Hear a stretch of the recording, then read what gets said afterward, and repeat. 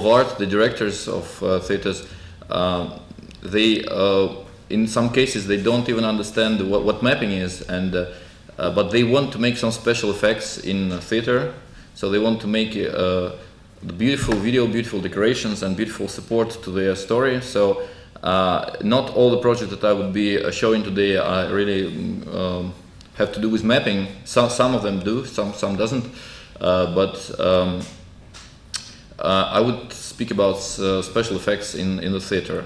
And I want to say that theater now is really, by my feeling, is really growing strong. The interest to the theater is now reviving. The directors are always trying to put some message inside. I mean, it can be good or bad, it can be interesting, and it can be like, you know, something you've seen already, but anyway, there is always a story behind, and they always want to tell a sincere story. And that is what is interesting, because in cinema, for example, the storytelling is now going low, but again, by my point of view. There is a lot of money and there is a lot of production, but sometimes they don't even put anything inside. So that's why it is interesting to work with the theaters, because the budgets are much smaller, but the percentage of message inside is much bigger. A year and a half ago, we decided to make to start to do some mapping stuff as a group, as an art group, not just like separated VJs. And occasionally, immediately at that time, we met with our friend, a director whose name is Philippe Grigorian, and he's a pretty famous, already pretty famous young director, who's doing really very interesting, very crazy, and very visually interesting performances. And we just met, and we told him that we started to do some mapping, and probably it can be applied in the theater. And he was immediately, he was totally up to it, and he said, okay, let's experiment. I don't know what you mean, what mapping is, I have no idea, but let's try to do something. And it went out really interesting. So to begin with, it started like after our first meeting, he had to go somewhere, and he was out of reach because he's really busy. I mean, he's going all around Russia and in Europe also. And he invited us all to meet in a virtual space, in the space of Second Life. Probably you know what is it. So it's a virtual 3D space where you can log in, and you're given a 3D doll. You can walk around, speak with other people, interact somehow. And he's really a fan of it. He's really crazy about it, and he said, okay, get all log in, and we all meet in a special place. I've built a scene which I want to present you, the setup of the scene, and I've built everything from the 3 blocks in Second Life, and I've built it on purpose, like 100 kilometers over the space of the Earth that nobody else can go. So I teleport you all there, you just log in. That was really funny, because when we all came to Second Life and we saw the scene, first of all, it was a very strange feeling to be like, he appeared in the form of you know, some teapot, the director, and all the other guys I know all came like with strange appearances, with some bugs. He started to show us the places where he wanted the video to go. And that was a very strange but very constructive meeting, after which we understood totally what he wanted us to do, and we started to work. And it was our first theater project, so we had to invent some kind of technology, how to make it. Of course, we could do the videos, the content, but there were 2 tasks at least. So we had to first to map it. To have some software that can map it on the decoration, and the second thing was that it should go. This performance should go like every month 3 times, and we could not participate in each of them. So they could go to the festival. So we had to make some interface for the guys, for the lighting guy, for example, who can easily, without knowing much about how the software works, just use it and map it in the simple manner, and then manipulate the timeline. So switch from one scene to another, and to make the whole performance.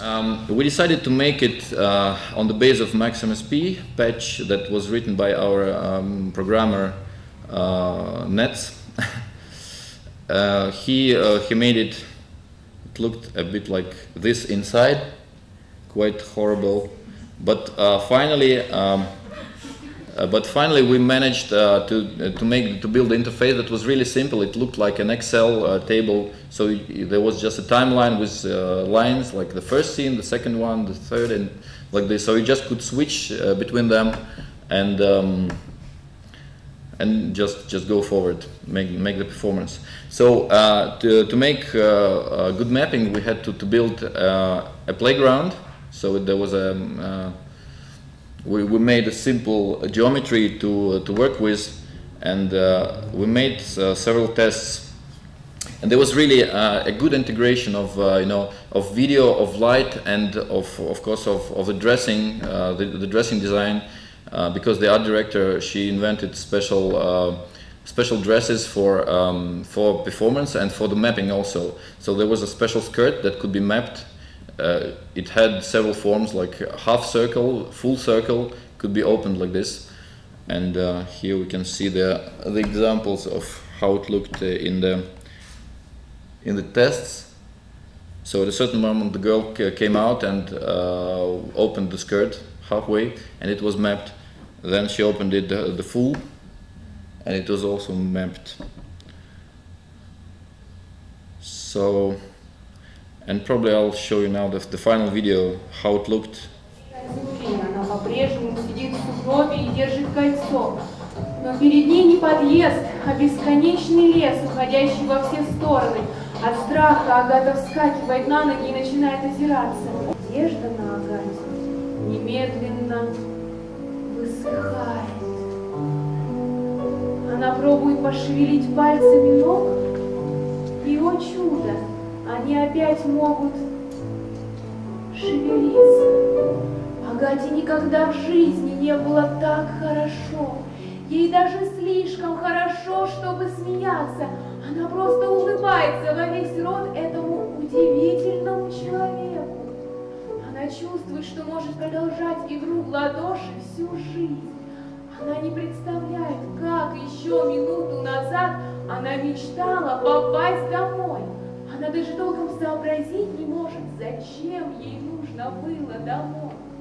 Рука к руке, ладонь к ладони.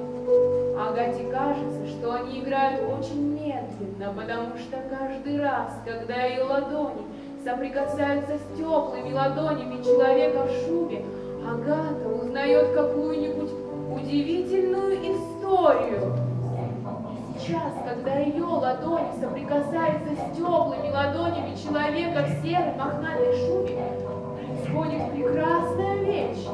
Агата, вспоминая все эти истории, как раз и чувствует себя хорошей.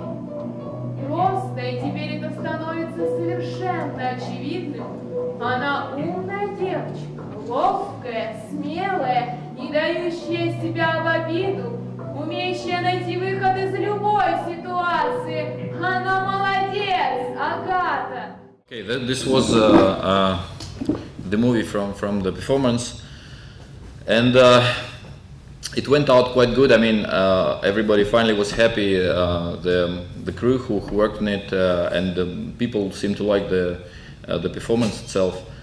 And by doing this, we developed this program that now we can use in the theaters, and we started to use more and more. And we have this simple interface that makes it possible to ship it finally to the users that can easily control what's going on stage.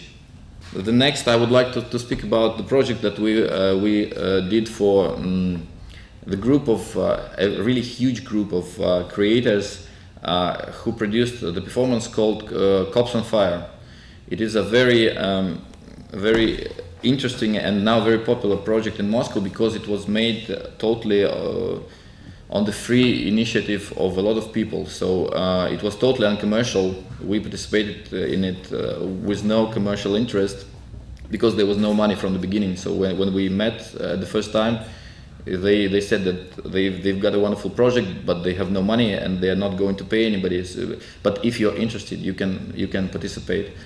And we did some mapping in the project, and we also did just some video stuff. So we collaborated as artists, trying to invent the effects that could be suitable in the project.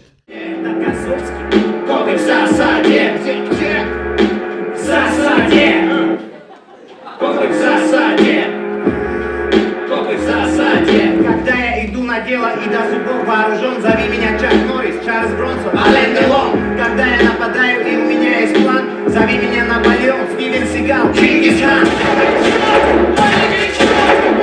Мне кажется, я не здоров! Черный кот, прикрой!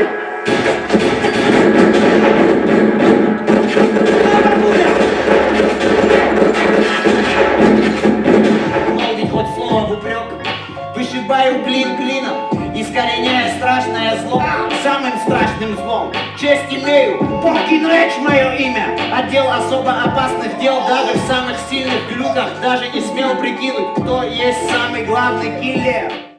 So that were our first theater projects, and the director started to really pay attention and interest to how the video technologies can be used in the theater now, and more and more people started to call and to ask us to participate in something, and also commercial work started to appear.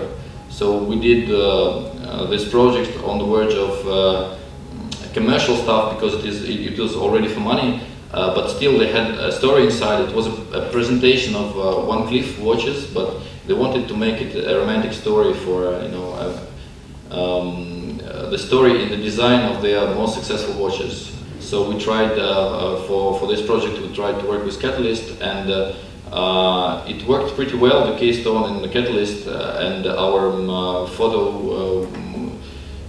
We made the photos of the setup, so we made the video, and then Catalyst helped us to just to wrap it in right place. Our next project was dedicated to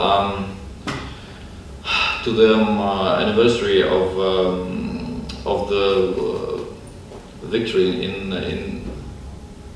in the Second World War, and there was really an experimental project because normally, of course, we celebrate this Victory Day, the 9th of May. It's a big holiday in Russia, but mostly everything you can see on TV or in the city is a very old-fashioned stuff. It hasn't changed for like 40,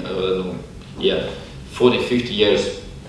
It is always the same. The soldiers, the flowers, the ribbons, and it was really interesting when one of the modern directors, Kirill Serebrennikov, invited us to make something really different. So he wanted not to say thanks for the participants of war, but he wanted to remind everybody that the war is actually a fucking nightmare. It is really a horrible thing, and so we came there as VJs. So the setup was the rear screen, and in front there was a film, not a film, a net, semi-transparent, so you could project on the front on the net, and there was a projection from the rear,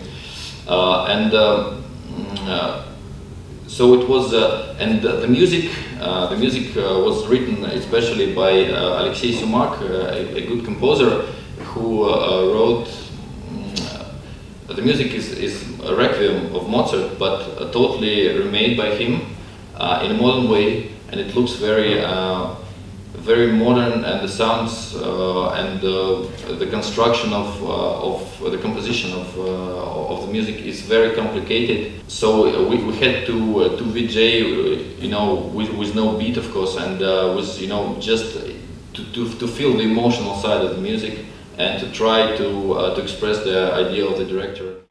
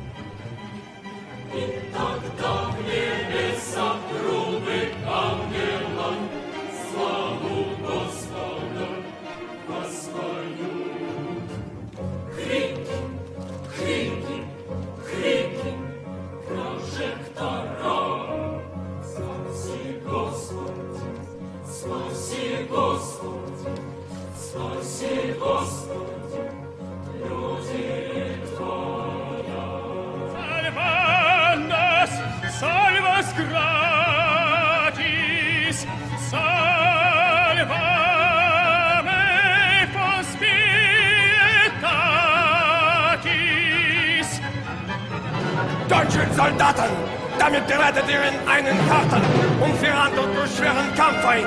Deutsches Volk, gib uns 4 Jahre Zeit, dann richte und urteile über uns. Dann ich tat es nicht um Gehalt, ich tat es um Lohn, ich tat es um deiner selbst wegen. Möge uns allen in diesem Kampf der Herrgott helfen. So the next project I would like you to tell about is a project which is called the Day Schedule.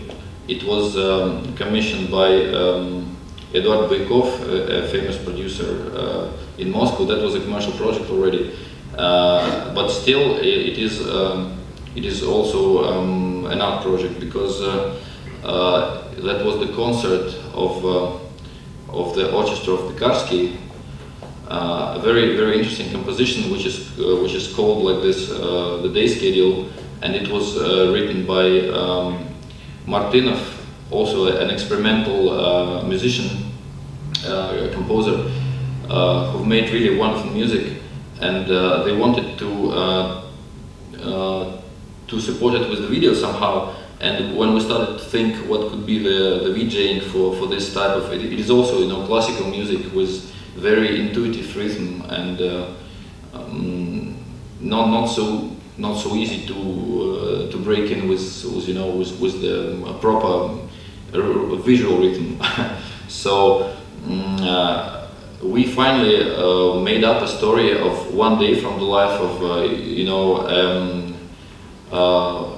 political man, a guy who works in you know, in the government somehow, and this is his schedule from the beginning, from the time he wakes up and till the time he goes to bed. But he doesn't go to bed, because in the end, finally there is a story that happens, and his son that he ignored gets to the hospital because of drugs.